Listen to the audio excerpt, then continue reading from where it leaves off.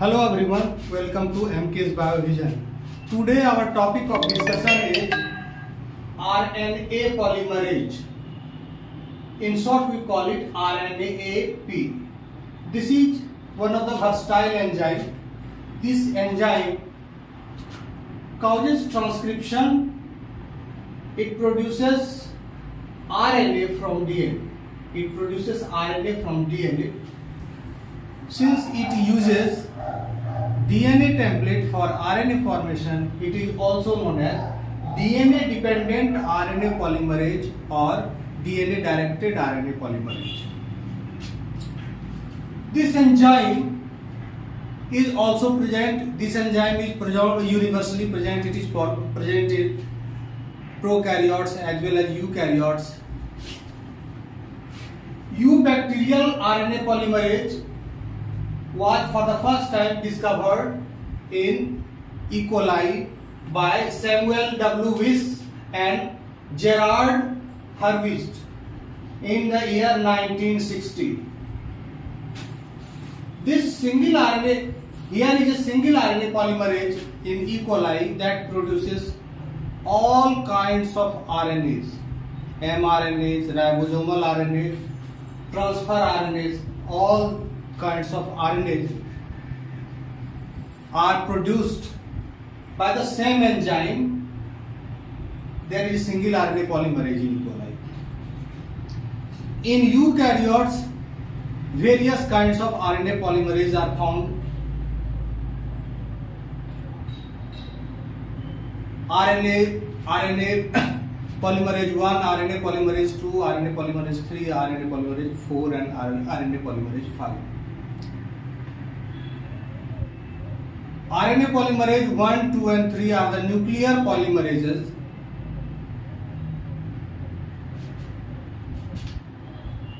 RNA polymerase 4 and 5 is present in the plants. RNA polymerase are also found in mitochondria and chloroplast. Mitochondrial and chloroplast polymerases are responsible for transcribing genomic mitochondrial and chloroplast DNA. Here we see that this enzyme is versatile. This enzyme is all in one. It can do helicase activity. It can do polymerization activity. It doesn't require any polymer for initiation of RNA synthesis.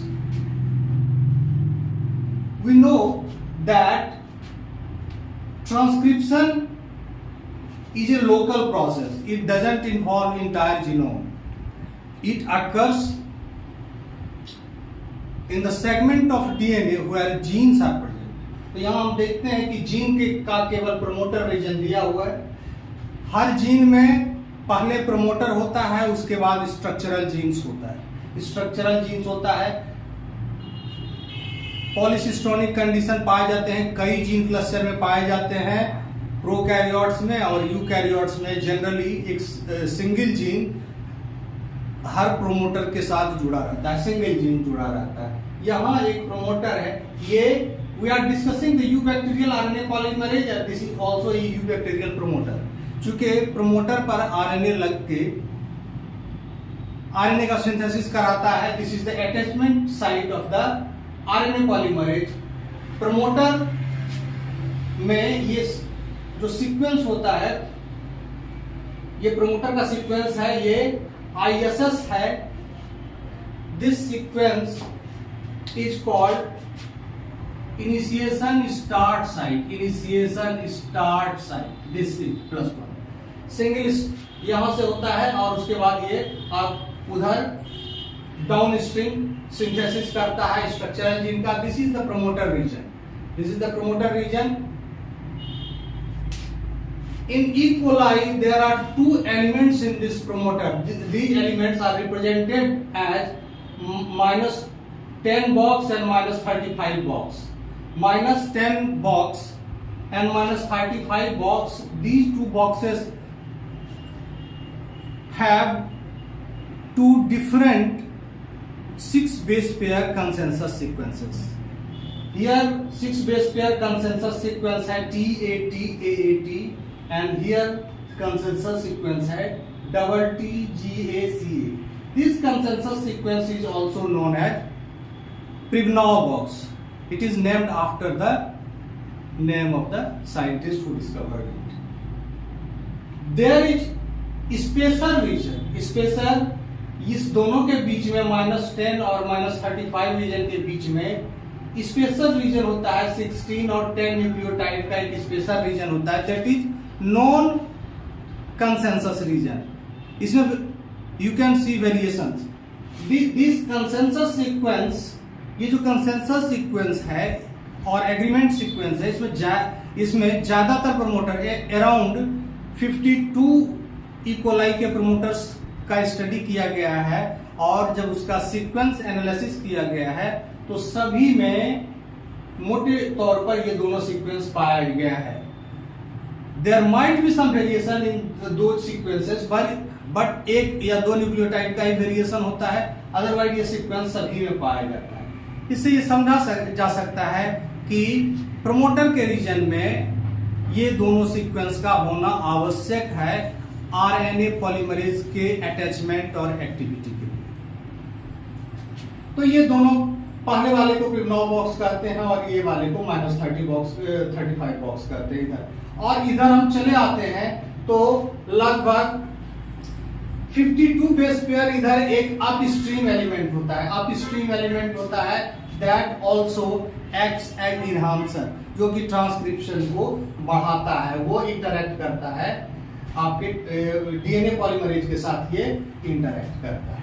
तो ये तो हुआ promoter. यहाँ हमने देखा है promoter का सीधा सीधा ये देखिए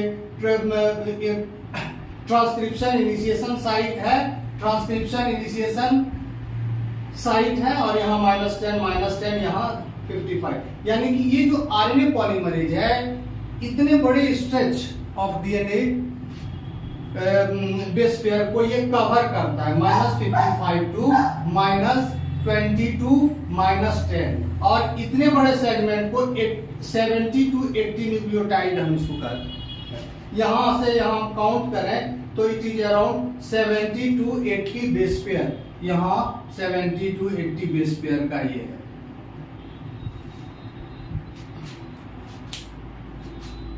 अब डीएनए ये आरएनए का जो सिंथेसिस होता है वो टेम्पलेट स्ट्रैंड पर होता है और जो नॉन टेम्पलेट स्ट्रैंड है इसको हम सेंस स्ट्रैंड कहते हैं और सेंस स्ट्रैंड के ही मुताबिक आरएनए बनता है. सेंस स्ट्रैंड के ही मुताबिक आरएनए बनता है क्योंकि दोनों का जो पोलैरिटी है वो सेम होता है, तो इसके मुताबिक आरएनए बनता है.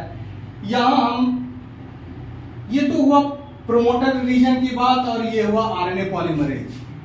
Now come to the composition of RNA polymerase. RNA polymerase किस चीज का बना होता है और कैसा ये होता है. तो यहां हमने देखा है कि ये आरएनए पॉलीमरेज में कितने सारे यूनिट्स होते हैं. इसमें आरएनए पॉलीमरेज में alpha unit, beta dash, omega और सिग्मा, इतना सारा यूनिट्स पाया जाता है. ये अल्फा, बीटा डैश और ओमेगा ये सारा मिलके core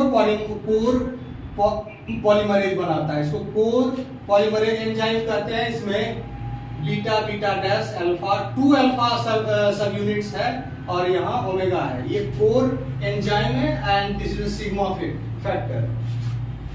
sigma factor when remains with this core enzyme, this is known as holo enzyme. Sigma factor is required for the initiation of the transcription. Initiation कराने के बाद ये खुद रिलीज हो जाता है और core enzyme is responsible for the elongation of RNA. यहाँ हम देख रहे हैं कि ये होलो एंजाइम है. होलो एंजाइम का मॉलिक्यूलर वेट लगभग 465 किलो डाल्टन होता है और यहाँ से ये होलो एंजाइम है, यहाँ सिग्मा फैक्टर रिलीज हो गया और यहाँ ये आरएनए का सिंथेसिस कर रहा है. ये रेड कलर से आरएनए दिखाई पड़ रहा है, दिखाया गया है और this is the DNA double helix. here are the units. Here are the units. Alpha units, beta units. Here you will find also omega. Omega is also there. Omega is also there. तो ये RNA का synthesis कर रहा है। ये एक एक nucleotide RNA polymerase अपनी तरफ खींचता है, एक एक न्यूक्लियोटाइड डीएनए को अपनी तरफ खींचता है, और ये डीएनए को क्या करता है, डीएनए को खोलता है, अनवाइंड कराता है, और अनवाइंड करने के बाद इस पर डीएनए का सिंथेसिस करता है। ये देखते हैं अनवाइंडिंग हो रहा है, एक तरफ अनवाइंडिंग करा रहा है और दूसरी तरफ रिवाइंडिंग करा रहा है कि ये पुनः नॉर्मल बन रहा है। तो ये अनवाइंडिंग करा है। This is the direction of the movement of this RNA polymerase.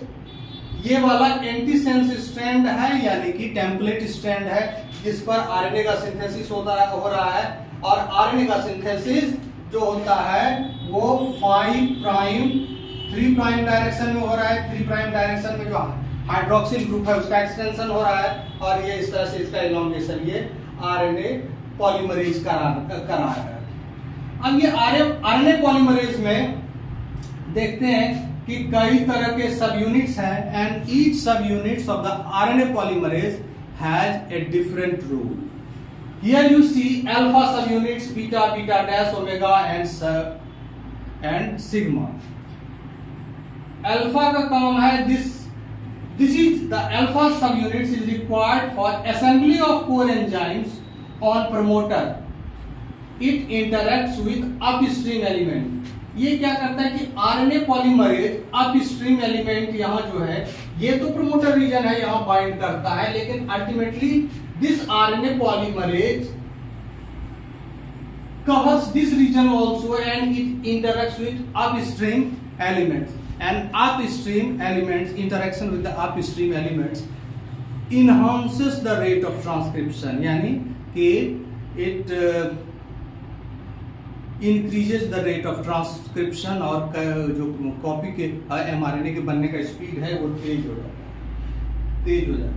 यहाँ ये बात ध्यान में देने वाली बात है कि जो स्पीड होता है आरएनए पॉलीमरेज का वो 40 न्यूक्लियोटाइड पर सेकेंड एट 37 डिग्री सेंटीग्रेड। ये कितने पर होता है? एट 37 डिग्री सेंटीग्रेड, यानी 37 डिग्री सेंटीग्रेड पर 40 न्यूक्लियोटाइड पर सेकेंड आरएनए का सिंथेसिस होता है, आरएनए यूबैक्टीरियल आरएनए पॉलीमरेज के द्वारा। अब हम लोग यूनिट की बात कर रहे हैं तो अल्फा है, दूसरा है बीटा और बीटा डैश। बीटा और beta dash are the totally catalytic in function and they helps in the elongation of mRNA. ये काम इसका केवल इलोंगेशन करना है। अल्फा प्रोमोटर को रिकॉग्नाइज करता है और हर यूनिट को असेंबल करने में मदद करता है, assembly of core enzymes. Omega provides stability to assembled mRNA. कई सारे सब यूनिट्स हैं, 5 यूनिट्स हैं, 5 कोर एंजाइम्स के यूनिट्स हैं। ये सबको ओमेगा क्या करता है? ओमेगा कीप्स ऑल दो यूनिट्स टुगेदर, उसको प्रॉपर वे में इसको बाइंड करा के रखता है, so that it can do its role properly. It can transcribe RNA, it can synthesize RNA properly. One very important unit of this RNA polymerase is sigma factor. Sigma factor is required for specific promoter recognition and transcription initiation. Specific promoter recognition. We have discussed that promoters, this is a general promoter, and promoter have consensus and non-consensus sequences. There is little variation in consensus sequence, but there is lot of variation in non-consensus sequence और special region. तो ये जो है promoter में exactly ये sequence सब जगह नहीं पाया जाता है। बहुत तरह के प्रमोटर होते हैं, लगभग 52 काइंड्स ऑफ प्रमोटर होते हैं, और सब में जो सीक्वेंसेस होता है उसमें थोड़ा थोड़ा वेरिएशन भी होता है। तो उस सीक्वेंस के वेरिएशन के लिए जो स्पेसिफिक बाइंडिंग प्रोटीन है वो सिग्मा प्रोटीन है। Sigma protein is the part of the holo enzyme RNA polymerase, और ये उस स्पेसिफिक प्रमोटर को बाइंड करता है। तो ये सिग्मा फैक्टर भी दो तरह के होते हैं। एक तो है हाउसकीपिंग जीन्स के लिए जो नॉर्मल मेंटेनेंस और normal functionality of the cells के लिए सिग्मा फैक्टर का जो इस्तेमाल होता है, वो जो सिग्मा फैक्टर है that is called sigma 70, that is responsible for the transcription of housekeeping genes. It is called sigma 70 because molecular weight of this sigma factor is 70 kilodalton. There are alternative sigma factors are there. Alternative sigma factors are there. Sigma 54, sigma 35, sigma 28, etc. Sigma 55, 54 this is involved in the nitrogen fixation. Sigma 35 is involved in the synthesis of heat shock protein. तो ये इतने सारे unit से ये RNA polymerase बना है। मैंने पहले भी कहा कि इसके लिए आरएनए के लिए कोई प्राइमर का रिक्वायर्ड नहीं है, प्राइमर रिक्वायर्ड नहीं है, ना ही कोई हेलिकेज एक्टिविटीज के लिए जरूरी है। ये सारा काम खुद ही करता है। This enzyme is much more versatile than the DNA polymerase, जो ये 6 यूनिट्स का है, वो डीएनए पॉलीमरेज 10 यूनिट्स का है। Still that DNA polymerase works with the help of helicase. It also requires primer, but here it doesn't need any primer or helicase. All the role is performed by this enzyme itself. यहाँ देखते हैं कि इसमें you also need the raw material that is needed for the extension or elongation of RNA is nucleotide triphosphate. ये nucleotide triphosphate ultimately टूट के nucleotide monophosphate और pyrophosphate बनता है, और ये न्यूक्लियोटाइड पायरोफॉस्फेट जुड़ता चला जाता है. The first nucleotide triphosphate break नहीं करता है. It is not, it remains as it is. Here you say triple phosphate. ये triple phosphate, it might be adenine or guanine. The first nucleotide that is added is adenine or guanine. हम लोग यहाँ भी देख रहे हैं कि initiation में ये एडेनिन और गुआनिन ही है, यहाँ से शुरू होता है एडेनिन और गुआनिन. इसके बाद ये आगे बढ़ता है. इसके बाद न्यूक्लियोटाइड मोनोफॉस्फेट का एक चेन इसमें जुड़ते चला जाता है और अल्टीमेटली आरएनए का इलोंगेशन होता है. During the course of elongation ये आरएनए पॉलीमरेज ऐसा है कि ये एक एक न्यूक्लियोटाइड डीएनए को roping, it you can call it starts roping in the DNA double helix one nucleotide by another. एक एक न्यूक्लियोटाइड को वो अंदर अपने तरफ लाता है और मेल्टिंग करा के ये क्या कराता है, मेल्टिंग कराता है. The process of melting is called DNA scrunching. The process of melting is called DNA scrunching. इसको कहते हैं डीएनए स्क्रंचिंग.